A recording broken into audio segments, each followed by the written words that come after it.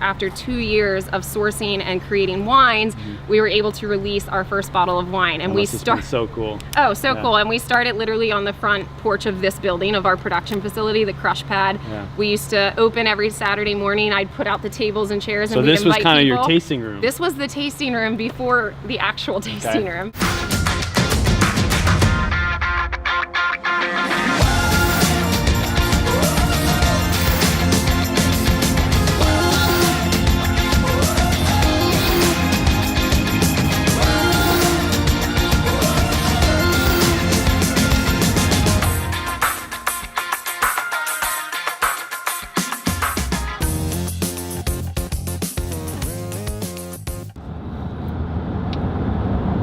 So we're experimenting with something new here. I've had this idea since like late 2017, but I'm obsessed with following different social media accounts and businesses that are really utilizing these social media and digital marketing tools super effectively, but most importantly, that I can get a sense that they are on a tight budget, limited resources, small business style, if you will. So I had this idea to basically get under the hood of these businesses and be like, how are you doing this? Why are you doing this? Why is this a priority? How are you creating this digital confidence to test these different features and tools of Instagram stories, YouTube vlogging, Facebook Lives, LinkedIn, etc. And so finally, after a couple of months of debating how we're going to pull this off and the businesses we want to target, we decided, one, we're going to target the different DMV, so DC, Maryland, Virginia businesses. And I think the cool thing is we are en route. We're in Maryland here, a little bit west of Baltimore. We're headed to Old Westminster Winery. I discovered them on Instagram about a year ago, so July of 2017. And I think it was all because I think I used like a hashtag VA wine or something like that, something that my wife and I put up on Instagram. And I think they might have like liked it or followed me or something. And then immediately I clicked on their Insta profile. I was like, oh my God, like description, pictures, very vibrant, very telling the story, but most importantly, they had Instagram stories going, and we'll get into that when I interview their marketing person. But so I think I sent them a DM or an email, said, hey, I just love what you're doing. Just want to let you guys know if there's any way we can collaborate, that'd be awesome. So that was like September of last year. And so we're basically creating this series of FYN Creative digital success stories. How are they successful? What tools are they using? How are they doing it? And again, focusing on that like limited resources, personnel, time, but it's a priority, and they're matching their business objectives. They're creating a brand, they're getting awareness, building an online community. So that's what we're up to. And I think the one thing I want to note here is I've done a lot of case studies with some of my clients, like American University, the video work we've done, some of their campaigns we've run, but Old Westminster Winery, they're not a client of mine. I think they're just crushing it on social media. I wanted to meet them. Ashli Johnson, who you guys are gonna meet, I think she's just amazingly vibrant and is carrying out their digital voice. And so we're gonna, again, get under the hood of their winery, not only find out how they started this winery, it's a sibling owned winery, but what they're doing social media wise that's really helping their business grow, get awareness, and at the end of the day, sell some wine.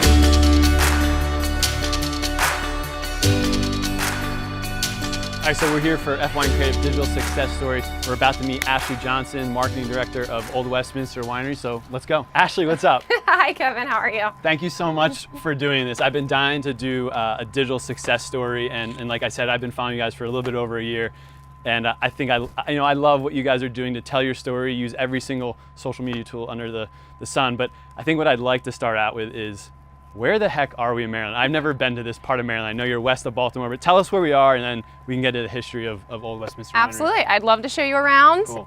So you are here at our family farm, okay. Old Westminster Winery. Okay. This is my family's passion project to put Maryland's wine on the map. I love that. Through sustainable farming and through compelling and exciting wine production. Okay. So we spend a lot of time in the practices that we implement in growing our grapevines. Yep. Also in the transformation of grapes into wine, and then in terms of how we share that with the customers and bringing that to market, we really like to take a fun approach in sharing that story. So how long have you been at this? I know when we met briefly before, you were saying that kind of you came out of college and you kind of had a couple choices, and this was like, I'm going to jump into it. So how did you and your two siblings get into this?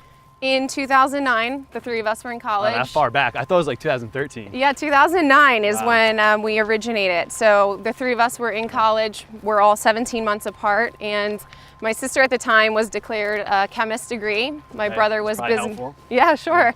She's now the winemaker. My brother was business management, and I was marketing. So we were presented with an opportunity from my parents for the farm that we grew up on to kind of take an adventure into creating something and planting something that we could grow and share with our friends, family, and community. And so we landed on the idea of creating, growing vineyard and creating wines from that, because that's what we really had a passion for.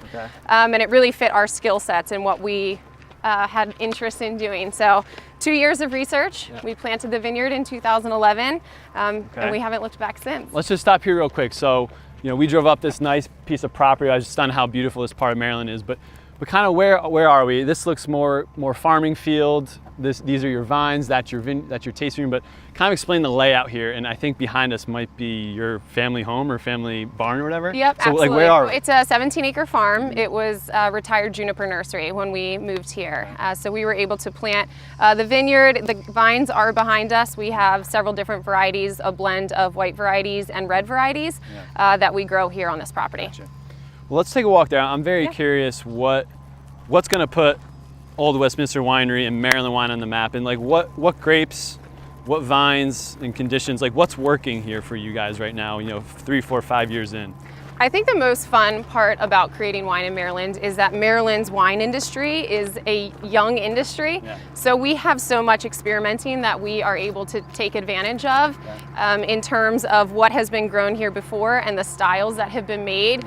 We get to kind of play around with what varieties we want to plant and ultimately how we want to use those in wine production, if we want to do sparkling wines, if we want to do varietal, just showcasing one grape variety, or if we want to do different blends. So we really have kind of that freedom to play with, and then also like packaging. So we just started a canned wine program. I saw that. I love that. Yeah, so we can really just experiment with what works and what doesn't, because Maryland is such a young wine industry. Gotcha. So I think what we're about to talk about today is your digital story, your social media tactics, and how you guys are killing it there. But what I told you when we talked on the phone and when we finally got to meet here is I really feel like your personalities and your passion for your family and your wine really comes through social media. But before we get there, tell me more about the dynamics of working with your brother and sister. How did this all come about? Like, you know, I think we're going up towards where you grew up, but like, how did it come about? Like, we're gonna use this land, we're gonna plant wine, and then, oh, by the way, all three of us are gonna work together. Yeah. That's exactly how it evolved. So this was the farm that the three of us grew up on with my parents. My dad's a carpenter by trade. My mom's a nurse. And in 2009, where the economy was, they essentially presented us the opportunity that they were either going to sell the farm and move back to Annapolis. So none of this existed. It was not going to exist otherwise, unless the three of us decided that we wanted to try and put the land to work and do something with it. So cool. So the three of us, when we got together with my parents, we really wanted to discuss what our skill sets were and the passions that we had. And because of what we had declared in school and what we thought the farm was conducive for, the only stipulation we had was to create something we could share with people. So after 2 years of kind of deciding what style of wines we would want to make and the testing our soils and what varieties would grow well here in this region, we dove in head first. So we all had to be all in or this wouldn't have worked. So I think we all had that moment of like, are we really going to do this? And ultimately we decided we would. We all needed to know we had that moment where we had the out in order to be all in. Was there a date that stuck in mind, or did you get together for a barbecue, or was like, hey, like I'm in, hey, did you talk to Drew, or how did it come about? Or Absolutely. Was it over a bottle Drew of wine? was all in. If you meet my brother Drew, he's a full steam ahead type of person. You gotta have that. Yeah, all in, all at once. My sister Lisa, in terms of being a chemist, she thought it was so cool that she could blend her background in science with art. She's a very kind of artistic person. Not being stuck in like a pharmaceutical lab or something. Exactly, which is what originally she thought she was going. So the fact that she could marry art and science and do that in like a liberating, energizing way, like she was totally all in. So I think you were the last one. At least I remember my sit down moment with my dad and brother, like, what am I doing? How do I fit into this? And then I'm such a people person, and like my skill set of telling story and connecting with people and just bringing people to the farm and tying it all together full circle is. So this makes sense why we're even doing this series and this interview with you guys, I think. And then real quick, oldest, middle, youngest, because I know you guys are 17 months apart. Who's Drew, Lisa, myself. Okay. I'm the baby. And who's in charge? All of us. Okay, cool. We all wear many hats. Political answer. I think each day someone else, and because we all have our different roles and strengths. We all work together in so many of the different aspects of the business, but we all have our wheelhouse. So in terms of like the storytelling or product development, like we have a specific, like I'll have a thought or I'll have something that I spur on. In terms of production, Lisa or Drew with like, he manages our vineyard and our partnerships. So it depends. Let's tell a little bit, the viewers out there, like what's going on here, what type of grapes are you growing, a little bit wine education.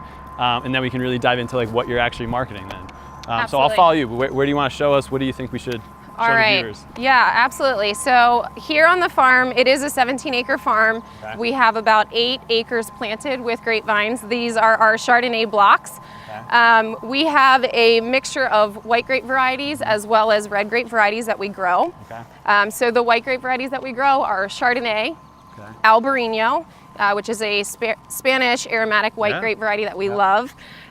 We also grow Muscat and Ribolla Gialla, which is an Italian white grape variety. And then our reds are Cabernet Franc, which is our favorite grape. I feel like it's pretty popular here in the Northern Virginia, Maryland area. It is. Yeah. It is extremely well suited for our region in terms of growing in the vineyard, and it's so dynamic in the types of wine that it can make. So love Cabernet Franc, and then we also work with Syrah here on this farm. Okay. Another dynamic of our business is we work with other growers throughout the state of Maryland. Okay. So we source about 40% of the grapes that we use from other growers in the state of Maryland. So that was my next question. If is all your wine that's being bottled up here on site, or are you bringing in grapes from other places? No, it's really cool. So the fact that Maryland, it's such a charming state because you drive an hour in any direction and you're in a very different location with a different climate. And so you're able to source grapes from different parts of Maryland and showcase different wine that reflects that part of our state. So that's something we really like to take advantage of in terms of being able to work with these other partners in growing the grapes and then sourcing that fruit. Cool. And so behind me is the house, right? Yes. And then behind the video guys here is the production facility. So real quick, give us a kind of a time lapse. What came first? So you all sat down and were like, all right, I'm in. What was the next move? Did you have a business plan? Did you just do stuff from the house? Like tell me those first early days, or first 3 or 4 years. Yeah, so early days were, we knew that we were going to plant the grapevines here on this farm, and we needed the production facility to transform them to wine, and then the location to be able to share them with our community. So what came first was the research. What came second was planting the vineyard. Third was the building of this production facility, sourcing all of the equipment and things that we needed. And then in 2013, so after 2 years of sourcing and creating wines, we were able to release our first bottle of wine. And we started. So cool. Oh, so cool. And we started literally on the front porch of this building of our production facility, the crush pad.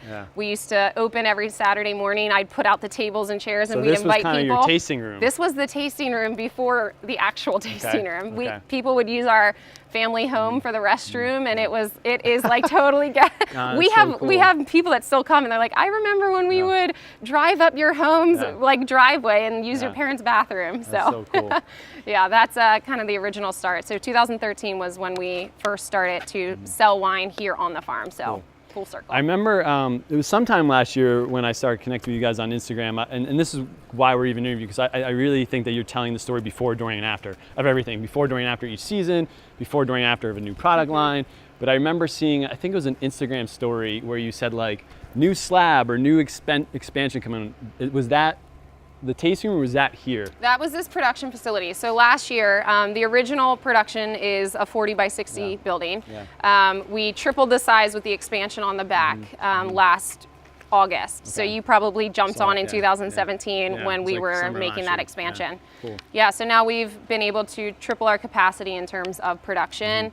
And we also are able to, the other grape growers that we work with, they are growers, and sometimes they will be born into producers themselves. So we actually help APs, alternating proprietorships, in creating their own brands and their own products as well. Okay, cool. Let's do a little social media tease here, but I'm curious, out of everything we kind of walked around, I see even more vineyards here. Like, what's your favorite thing to like Instagram? Is it a sunset, sunrise? Is it vines? Is it the production? Like, you put out a lot of content. Is there something like that's your go-to piece or your fans love, or like, is there something you love photographing or doing a story about? I have two favorites. Okay. One would be during harvest, which is coming up in the next couple of months, for the production side of it, actually like documenting what goes into it, because I think a lot of people look at our industry of wine and it's romanticized. So showing how much work. Oh my God, there's nice bottles here. You know, and even social media has a touch of that. It's like romantic when you have 15,000 followers, but you're grinding every day to get there. So kind of showing like the actual work that goes into the production of it.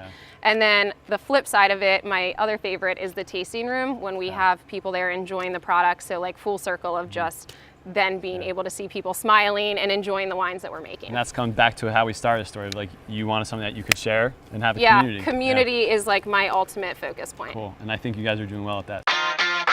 At first, you have to remind yourself that you need to have that outlet and use that outlet, but eventually you see the actual benefit that comes from it, and then it becomes a second nature. If you're a business page on Instagram or Facebook, you can literally see the insight and how like your post and what the content you're putting out, how it's performing.